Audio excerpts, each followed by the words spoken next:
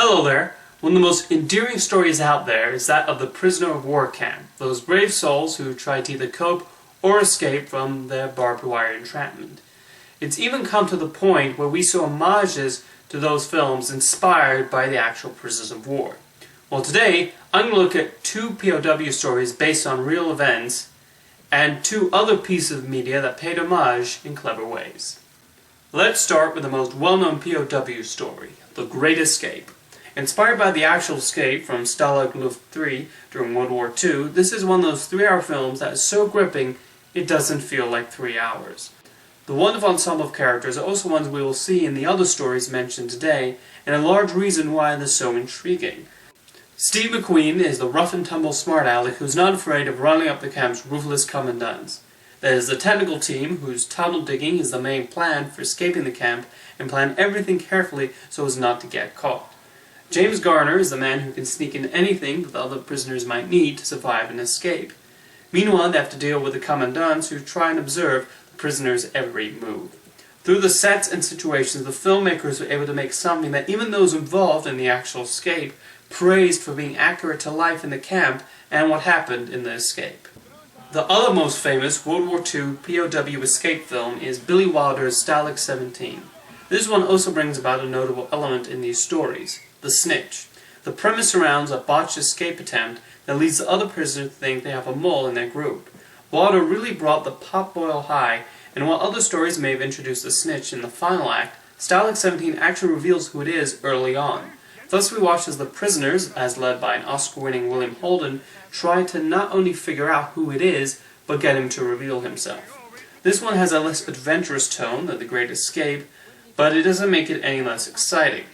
There's actually an almost documentary feel to the way Wilder shot it too, which further adds to its high quality. And now let's venture into your childhood for a second, as a show I think you might be surprised to learn is heavily inspired by these aforementioned POW films, is Recess. The series revolved around a group of school children who try to deal with the school's rules as they try to make the most of their recess every day.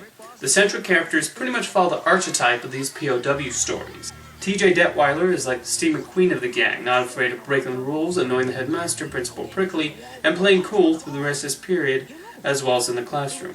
Meanwhile, Spinelli is the muscle, Gretchen is the brains, Vince is the athletic type, Mike is the sensitive type, and Gus is the new addition. By making Gus's father military type, that further emphasizes the POW theme the show is going. Recess even has a Snitch character like in Stalag 17 in the form of Randall. Even the little details of the show further lead to the comparison. The school is drawn almost like a military hut, and the cafeteria also has that cold military feel to it. The playground, being surrounded by a tall barbed wire fence and a cannon sitting in front of the school, also emphasize the POW inspiration. And the main theme tune is strongly reminiscent of Elmer Bernstein's iconic music from The Great Escape. Recess is a show that as a child is a funny and enjoyable cartoon that tapped right into that age. As an adult, the parallels to prison of war films makes one appreciate the writing and direction all the more. And now we reach a film so inspired by POW films, the directors dubbed it The Great Escape, with poultry. That is Aardman Animation's fantastic Chicken Run. Everything from the sets to the wonderful music to the little homages sprinkled throughout bring to mind The Great Escape to the point where both films make a perfect double feature. The scene where Ginger is throwing a cabbage ball is a tribute to Steve McQueen in the bunker cell. The bit where they tunnel underneath the ground is also taken directly from that classic.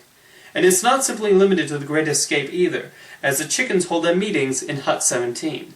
And of course, the character archetypes, the determined hero, the technical wizard, the ruthless heads of the camp, and the ones who can sneak anything in. However, the amazing thing about Chicken Run is that it doesn't simply rest on the homages. It is probably one of the funniest and witty screenplays of any animated film. But hey, what else can we expect from the same team who made Wallace and Gromit? Chicken Run also posts the notable distinction of being the only film where I can tolerate Mel Gibson. Then again, he is playing an egotistical cock. Probably didn't take him long to get into character.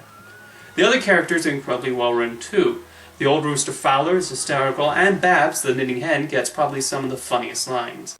For a lot of the comedies, the more you watch them, you still find them funny, but the jokes don't make you chuckle anymore.